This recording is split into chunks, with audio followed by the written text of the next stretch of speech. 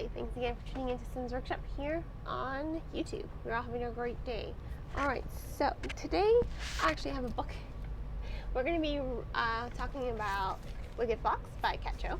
I have an arc for the second one, so I really got to read that because I love this book. This is a novel steeped in Korean folklore.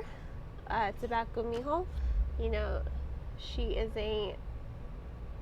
a fox demon, or a nine-tailed, I don't want to butcher it, but I think I'm going to, and I feel really bad butchering things that I love, because this was a really good novel. I loved the tale, and I love the Korean aspect. I like how the author just submerges us into the Korean folklore. Let's see. So, yeah, that's not going to help. My notes aren't going to help. I didn't write down what exactly she is. I should have just gone with my gut. She's a nine-tailed fox demon. I've been watching a lot of Inuyasha lately, too. So, with the announcement of the new series, I decided, I'm going to re-binge Inuyasha. So, almost done with that. Really great. Anyway, I thought this was such a great novel. Honestly, I loved it. I thought it was so good. I loved the characterization. I loved the tension. I love Myung as a character. Myung. I'm the butcher, I know. I'm sorry. To anyone who is Korean or Asian, I sincerely apologize for my pronouncements of the names. I'm trying to be as honest as possible, but it doesn't always go that way. Anyway, I thought this was a great novel. I honestly loved it. I was already kind of enthralled with it because I do like some anime. Some of my favorites are, like I said, Inuyasha, Tenchi Universe, Sailor Moon, let's be real, Outlaw Star, and Cardcaptor Sakura. Those are like my top favorites right there. So, it's not like I don't watch anime. But I liked this one because it was kind of a step away from anime. I think what's really great with this novel is how true to Korean culture I think it is. Myung is, she's just a girl. She just wants to get through her daily life. She even watches Korean dramas a lot of the time, and I like how Kat Cho kind of pokes fun at them sometimes. It's like me as a Mexican, I poke fun at telenovelas all the time because they have like those classic tropes. You're like, So I like how she kind of poked fun at Korean television. This book does take place in South Korea, and I like the reference to Top, Big Bang. Ooh, I love K-pop. In college, my roommates, before it really blew up, haven't listened to K-pop lately, but I do love K-pop. So all the references there, I love them. I really do. I love how Cho really gives life to Korean culture and Korean life, while also encapsulating this fantastical element to the story. I thought it brought something really genuine to the novel. It really does make it relatable to the reader. Like I said, I'm able to connect to these characters. She's poking fun at her culture's television. I poke fun at telenovelas all the time. She's referencing K-pop groups. I listen to K-pop, so and I think a lot of people now do listen to a lot of K-pop. So I think it's really interesting. I think it grounds the reader. She's relating to the reader her own connection to her culture, and I really did enjoy that. I thought it was very well done. I thought it was really well structured. Ultimately, I loved it. I did love it as a story, and it really did give the foundation of the story a more realistic edge, because you're reading about a girl who's nine-tailed, fox demon. I'm not one to say it's not real, I believe in La Llorona, so, you know, every culture believes in something. And I don't want to insult them by saying, oh, then, for all I know, I could know some celestial demons. Who knows? Who knows, you know? Folklore exists for a reason, you know? And I'm not going to be someone who insults it. But I liked the folklore here. I don't really know a lot of Korean folklore, to be perfectly honest with you. So learning about the gumiho I thought was really interesting because you do get to learn about that element.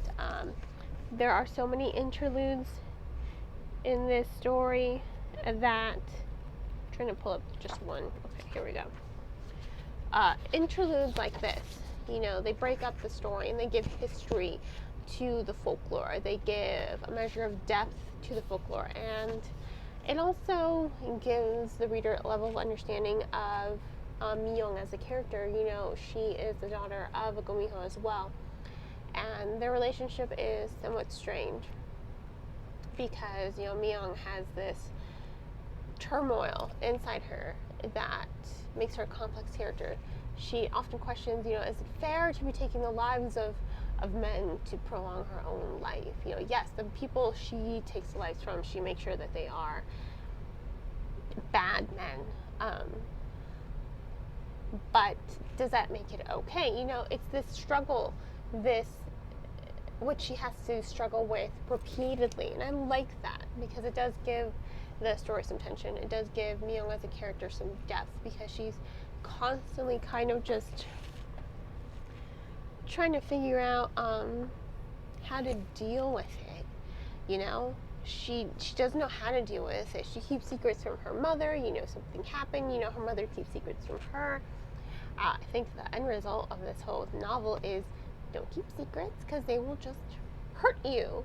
And they do. All of these secrets that come into life, they backfire on Mi-young, they backfire on her mom, they backfire on pretty much everyone. And I thought that was really good because it's like, yeah, if you keep a secret, it's going to backfire. You know, it's going to come out into open and probably not the way you want it to. So, there's that. As for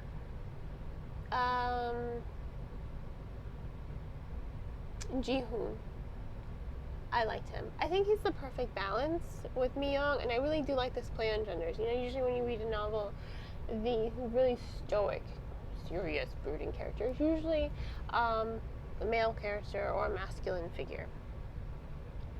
It's Mi-young in this case. You know, she is the more brooding one. In Ji-yeon, you know, has more levity, he's more joyful. You know, yes, he hides a lot of his pain behind a smile, but at least he allows that pain to exist, whereas Mi-young just kind of wants to ignore it. So I thought that was really interesting, you know, to see this play on genders, to make her the more stoic character and him the lighter one between the two. I thought that was really good as far as creating those strong character dynamics, because those character dynamics, they really are well done and they balance each other out perfectly. Yes, they have their own fights, you know, because they come from such different worlds, and Ji-yeon has a lot of pain of his own mother just sort of leaving him and starting her own family. So it's really good to see them.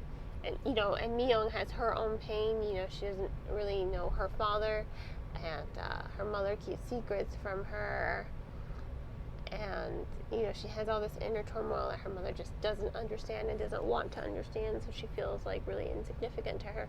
So, you know, you have these two characters, and the way they grow together is amazing, but they balance each other out perfectly well because they both have their own pain,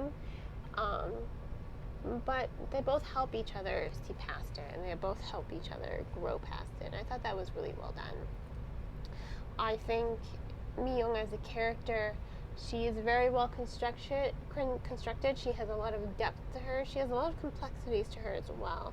Ji-hoon as a character, he, at first glance, you don't really think there's any complex about him, but as the story goes on, you find out he is just as complex as Mi-young is.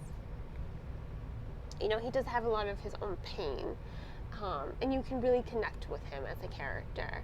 Their dynamic flourishes because of it. You know, they both grow, like I said, they both grow very well together, balancing each other out, calling each other out on their shit quite well, ultimately. As for the story, oh my god. Oh, okay. So here's the deal when I pick up hardbacks, okay? I try to only limit myself to 25 pages a day because I've got like a I've got like a pile of arcs, probably this big, that I need to read. So those always get priority. You know, I try to read my arcs, you know, between 3 and 4 days.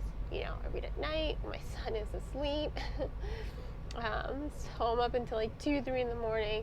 I try to knock out 100 pages. Or, you know, anytime during the day, if I'm able to read some more, I will. So I try to limit myself to these, really only reading on the weekends during the day, you know, devoting more time to these on the weekends, and, you know, squeezing in 25 pages a day to these if I'm able to, not always able to. Like today, I don't think I'm going to be able to. I've got like 2 arcs that are about to expire. I got to get on it. So I really don't think I'm going to be able to finish reading, which book am I reading? One True King by Saman Chinani. Also a good book. Review to come soon. This book was incredibly hard to put down. I literally had to be like, I'm like, no, I can squeeze some more in. This book is so good. It's so well written. The tension is amazing. I love the tension. I love the momentum. You know, it captures the passage of time quite perfectly. You know, in a lot of cultures, seasons are very important, and for Asian culture as well, seasons are very important. So Cho highlights the seasons here in order to capture the passage of time, and I think it's wonderful because it doesn't drag out the pacing as well. There's so many plot twists. Oh my god, you can't believe how many plot twists there are in this book. I lost count. I was just blown away. I was just like, what? And then what? And then what? It was amazing how many plot twists there were. I just had to keep reading and keep reading and keep reading. So having to put this book down to go back and reading my arcs was really hard.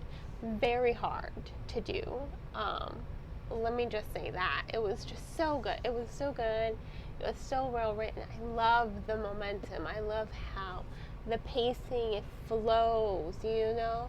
It flows, it raises, slows down, raises, slows down. But it does so at a good, you know, at a good momentum. It's not like really choppy where you're just like, and then all of a sudden it just stops.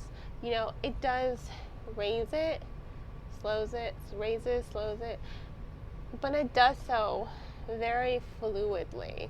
You know, it's not choppy, and that just goes to highlight Cho's talent at keeping the story going and keeping the story engaging for the reader. Because of that, it's so thoroughly amazing. I absolutely loved it. You know, I'm so excited to read the sequel. Like I said, pile of arcs this big. Luckily, they're all like ebooks because I don't know where I would put them. Oh wait, no, I do have one physical. I did just get a physical copy from a publisher in the mail. So I love that. I love the tension here. I loved it. It was such a good book. I have to give it 4.5 stars. Just her mother really bugged me. But then I was like, oh, she just did all this to protect her. But then you're like, no, you should have been honest with her. I get really passionate with books that I love. And you know, this is one of those books that I really did love. And I'm so happy that I was able to get a copy of it. I got it, as you can see, I got it from the Book of the Month Club. You know, so for only $14.99, I got an $18.99 book. Isn't that a deal? I like to save money. But in any case, you know, I thought Wicked Fox was amazing. You know, if you're a fan of Korean culture, if you are a fan of animes, you know, you're definitely going to enjoy this novel. I loved those interludes that really gave some depth to the folklore, and it really did highlight a lot of her relationship with her mother, Myung's relationship with her mother, and it really explained a lot about Myung as a person as well. So once again, this was Wicked Fox by Kat Cho. Give it 4.5 stars. There will be a link in the description below to purchase the book if you're interested. Link is to bookshop.org. Highly recommend bookshop.org because a percentage of all proceeds do go to local booksellers. If money's too tight, check it out from your local library. Libraries are a great resource for the community, and they deserve their community support.